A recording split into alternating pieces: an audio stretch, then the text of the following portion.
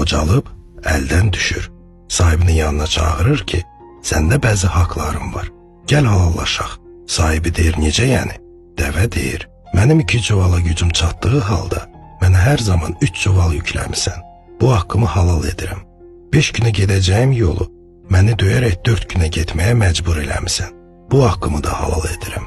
Günlük yeməyim 10 kilo olduğu halda mənə 8 kilo yemək vermisən. Bu haqqımı da halal edirəm. Yenicə balalamışdım. Qonağın gəldi deyə balamı kəsib qonağına yemək pişirib verdin. Bu haqqım da halal olsun. Dəvənin gözləri uzaqlara tikildi. Bir neçə saniyə sustu, sonra dilləndi. Amma bir haqqım var ki, onu heç vaxt sənə halal etməyəcəm. 10 ildən çox eyni yolu getdim.